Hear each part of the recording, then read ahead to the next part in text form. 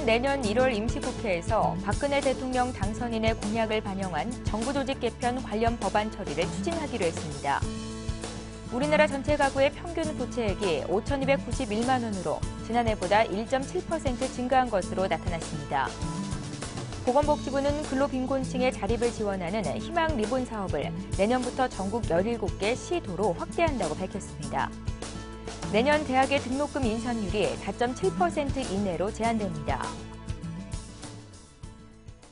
시청자 여러분 안녕하십니까? 생경제현장의 최현정입니다. 한 주를 마감하는 금요일장이었던 오늘 코스피 지수는 사흘 만에 약세를 보였는데요. 자세한 마감 시황 조민규 기자 연결해 듣겠습니다. 조 기자 안녕하세요. 안녕하세요. 예, 오늘 마감 시황부터 자세히 전해주시죠. 네, 코스피 지수가 개인과 기관의 동반 매도에 사흘 만에 하락했습니다. 21일 코스피 지수는 전날보다 19.08포인트, 0.95% 떨어진 1980.42에 거래를 마쳤습니다.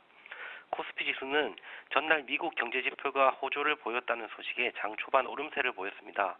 하지만 개인과 기관의 차익 매물이 쏟아지며 결국 1800선으로 하락 마감했습니다. 이날 개인과 기관은 각각 1373억 원, 1187억 원어치를 내다 팔며 지수를 끌어내렸습니다. 외국인은 이달 들어 두 번째로 많은 4,099억 원을 사들이면서 16거래일 연속 순매수에 나섰지만 지수 하락을 막기에는 역부족이었습니다. 프로그램 매매는 6,135억 원 매수 우위를 기록했습니다.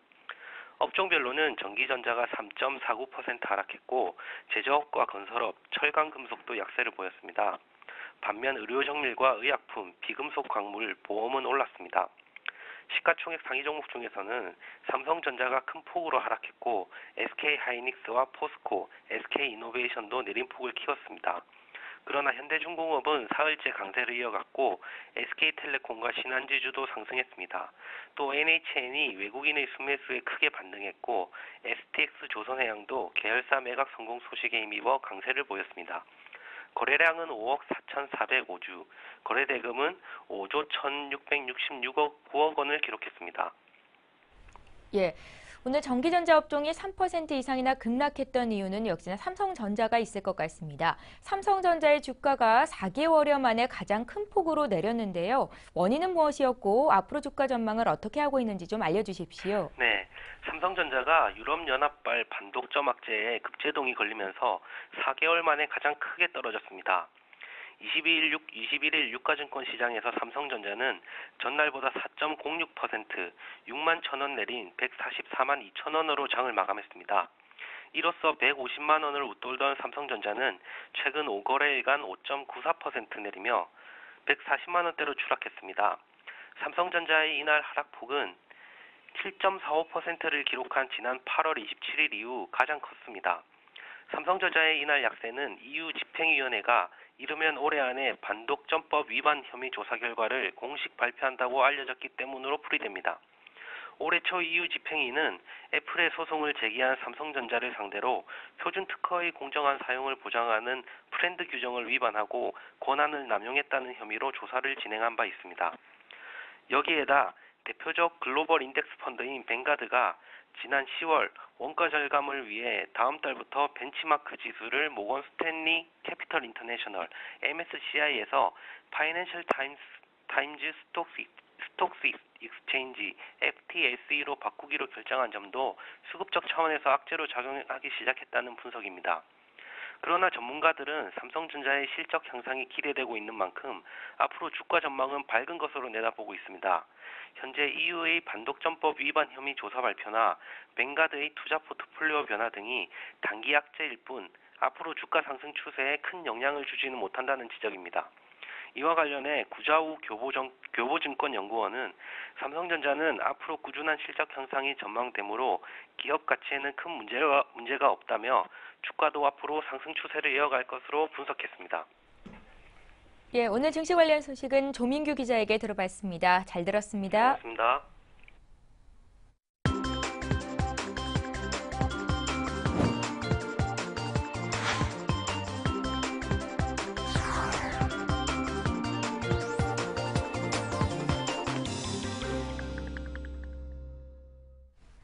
오늘의 주요 뉴스를 전해드립니다. 새누리당은 내년 1월 임시국회에서 박근혜 대통령 당선인의 공약을 반영한 정부 조직 개편 관련 법안 처리를 추진하기로 했습니다. 이한구 새누리당 원내대표는 앞으로 꾸려질 대통령직 인수위원회가 정부 조직 개편을 준비할 것이라며 1월 중순 이후에 처리할 수 있을 것이라고 밝혔습니다.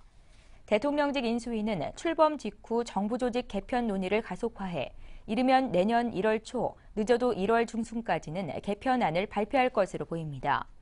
박 당선인은 대선 공약으로 미래창조과학부 신설과 해양수산부 부활을 명시적으로 공약했습니다.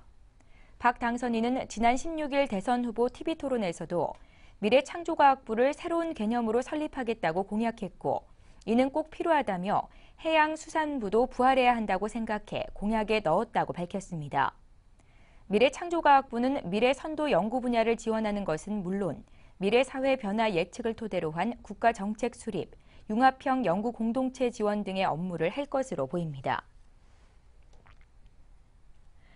우리나라 전체 가구의 평균 부채액이 5,291만 원으로 지난해보다 1.7% 증가한 것으로 나타났습니다. 통계청과 한국은행 등이 조사한 2012년 가계금융 복지조사 결과에 따르면 지난 3월 말 현재 우리나라 전체 가구의 평균 금융 부채는 3,599만 원, 임대보증금은 1,693만 원으로 각각 전체 부채의 68%와 32%를 차지하는 것으로 나타났습니다. 부채액은 1년 전보다 1.7% 늘었지만 증가폭은 지난해의 12.7%보다 크게 둔화하는 등 가구의 재무 건전성은 1년 전보다 개선됐습니다. 그러나 40에서 50대와 자영업 가구는 여전히 가처분 소득에 비해 많은 금융부채를 갖고 있는 것으로 조사됐습니다. 한편 가구의 평균 자산은 3억 1,495만 원으로 지난해보다 5.8% 증가했고, 평균 자산에서 부채를 뺀 순자산은 2억 6,203만 원으로 지난해보다 6.7% 늘었습니다. 보건복지부는 근로빈곤층의 자립을 지원하는 희망 리본 사업을 내년부터 전국 17개 시도로 확대한다고 밝혔습니다.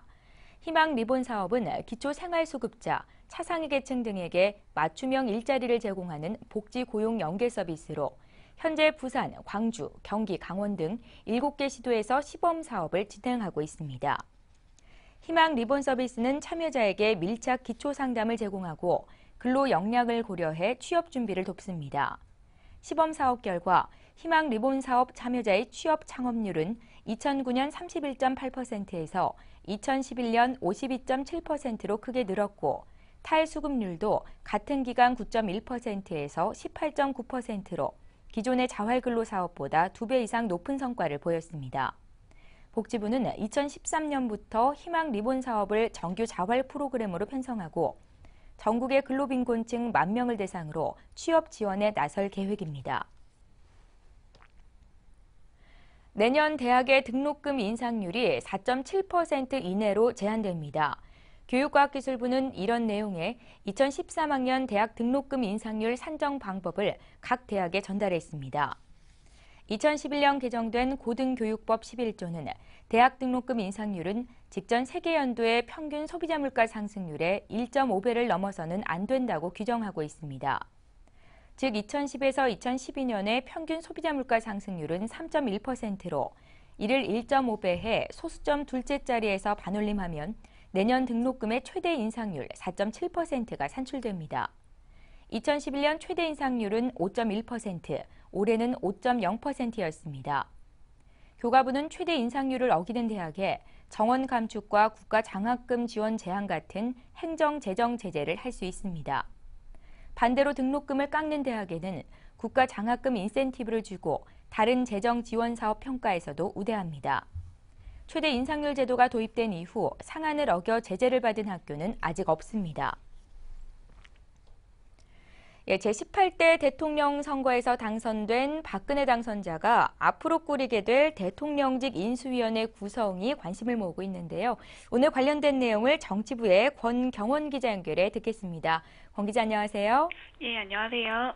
먼저 인수위원회는 어떤 역할을 하는 곳인지부터 알려주시죠.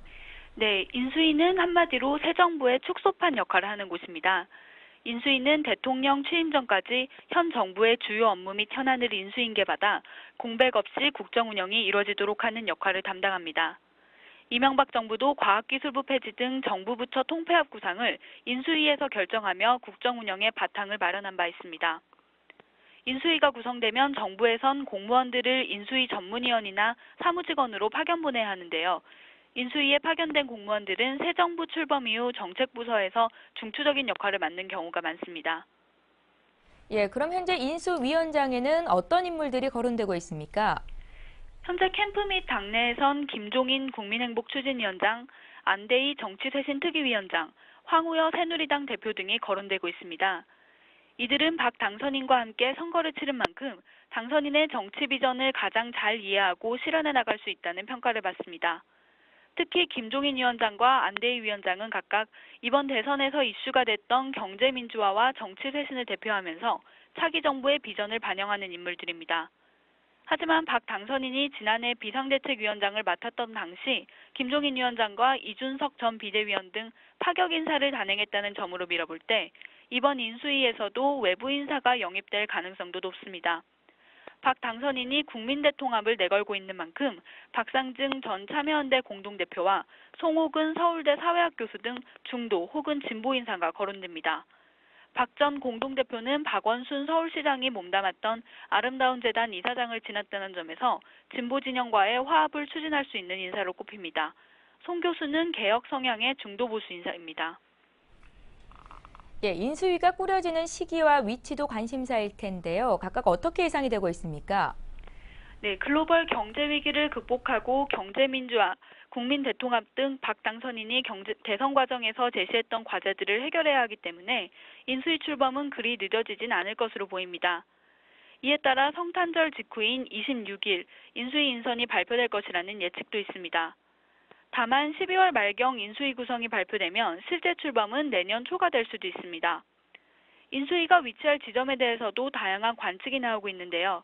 서울 외교부 청사나 광화문 청사, 서울 삼청동 금융연수원, 서울 창성동 정부청사별관, 과천 청사 등이 거론되고 있습니다. 박 당선인이 세종시 원안을 고수하면서 원칙과 신뢰라는 트레이드마크를 형성한 점으로 밀어볼 때 세종시에 인수위를 둘 수도 있다는 예측도 나옵니다. 이제까지 김대중 전 대통령은 서울 종로구 삼청동 교육행정연수원을, 노무현 전 대통령은 종로구 도렴동 외교통상무청사를, 이명박 대통령은 삼청동 금융연수원을 인수위 건물로 사용했습니다. 예, 박근혜 당선인이 대선에서 책임 총리제를 공약으로 내세웠던 만큼 차기 총리가 어떤 인물이 될 건지도 관심이 모아지고 있는데요. 지금 어떤 인물들이 거론이 되고 있는지 좀 알려주시죠. 네, 박 당선인은 선거 기간 동안 제왕적 대통령제의 폐단을 막기 위해 헌법에 나타난 총리의 권한을 실질적으로 보장하는 책임 총리제를 내걸었습니다. 이에 따라 차기 정부의 총리는 3배수 정도의 국무위원 재청권을 보장받는 등 권한과 책임을 행사할 수 있게 됐습니다. 아직까지 박 당선인이 구상하는 총리의 컨셉이 드러나진 않았지만 국민 대통합 차원에서 비영남권 인사가 발탁될 가능성이 높은 것으로 점쳐지고 있습니다. 벌써부터 일각에선 호남 총리론이 설득력을 얻고 있는 상황입니다. 실제로 대선 선거 과정에서도 일부 측근들이 호남 총리를 러닝메이트로 내세우자는 아이디어를 제공한 것으로 알려졌습니다. 그동안 김대중 전 대통령은 DJP 연합의 파트너인 김종필 전 자민련 명예총재를, 노무현 전 대통령은 고건 전 총리를 발탁하면서 반대 진영에 안정감을 부여한 바 있습니다. 예, 박근혜 대통령 당선자가 앞으로 꾸리게 될 대통령직 인수위원회 구성과 관련된 내용 드려봤습니다. 서울경제신문 정치부의 권경원 기자와 함께했습니다. 잘 들었습니다. 네, 감사합니다. 예, 한국전력공사와 발전자회사 6곳이 설립한 한국해상풍력 주식회사의 창립 기념식이 오늘 열렸는데요. 그 현장 속으로 함께 가보시죠. 한국전력공사와 발전자회사 6곳이 우리나라 해상풍력 산업을 주도할 한국해상풍력 주식회사를 설립했습니다. 한전은 오늘 오전 서울 삼성동 본사에서 한국수력원자력 등 발전사 6개사와 공동으로 투자해 설립한 한국해상풍력의 창립 기념식을 개최했습니다. 한국해상풍력은 지식경제부에서 국책 사업으로 추진 중인 서남의 2.5기가와트 해상풍력 개발 사업을 목적으로 설립됐습니다. 서남의 해상풍력 개발 사업은 앞으로 8년 동안 12조 원을 투자해 전라남도 영광 안마도와 전라북도 부안 위도 부근 해상에 2.5기가와트 규모의 발전 설비를 설치하는 사업입니다. 조한익 사장은 축사에서 한국해상풍력의 해상풍력 산업이 서남해 프로젝트 개발 사업을 성공적으로 완수하길 바란다며 축적된 경험과 역량 결집을 바탕으로 2020년 세계 3대 해상풍력 강국으로 도약할 수 있도록 해달라고 당부했습니다. 최인규 한국해상풍력 신임 사장은 한국해상풍력이 엔지니어링과 설치, 시공, 운영 기술을 습득하고 터빈사 및 건설사는 해외에 진출할 수 있는 실적을 확보하겠다며 이를 통해 세계 시장으로 진출할 수 있도록 하겠다고 말했습니다. 한편 이날 창립식에는 조 사장을 비롯해 정양호 지경부 국장, 발전사 6개 사장 등 약 100여 명이 참석했습니다.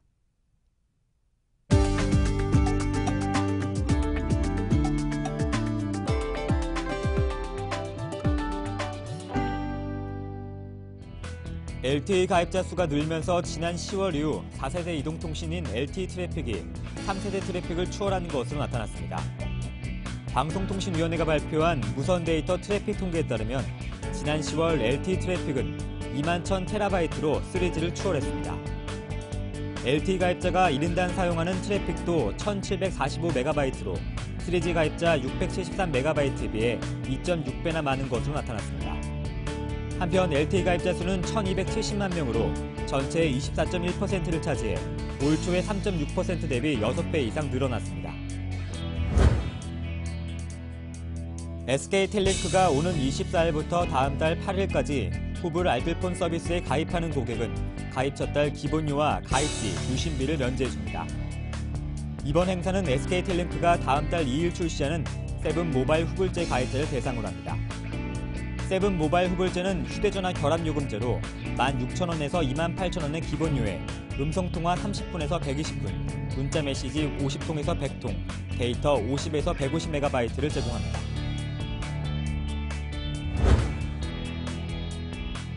삼성전자가 누설 전류를 줄여주는 핀펫 공정을 적용해 14나노 테스트 칩을 개발했습니다. 삼성전자는 영국의 암등 4개사와 공동으로 14나노 핀펫 공정에 최적화된 최신 IP 및 설계 툴을 사용해 저전력 공정을 구현하는 데 성공했다고 밝혔습니다. 핀펫 기술은 반도체 구성 소재를 2차원적인 평면 구조가 아닌 3차원 입체 구조로 만드는 기술로 기존 기술에 비해 누설 전류를 줄여주고 고집적, 고성능 칩을 만들 수 있도록 지원합니다. SK케미칼은 슈퍼 엔지니어링 플라스틱인 PPS 상업 생산을 위해 2,300억 원 규모의 설비 투자를 한다고 밝혔습니다. PPS는 고내열성 내화학성을 등을 지녀 금속을 대체할 수 있는 특수 플라스틱으로 차량 경량화 등에 사용됩니다.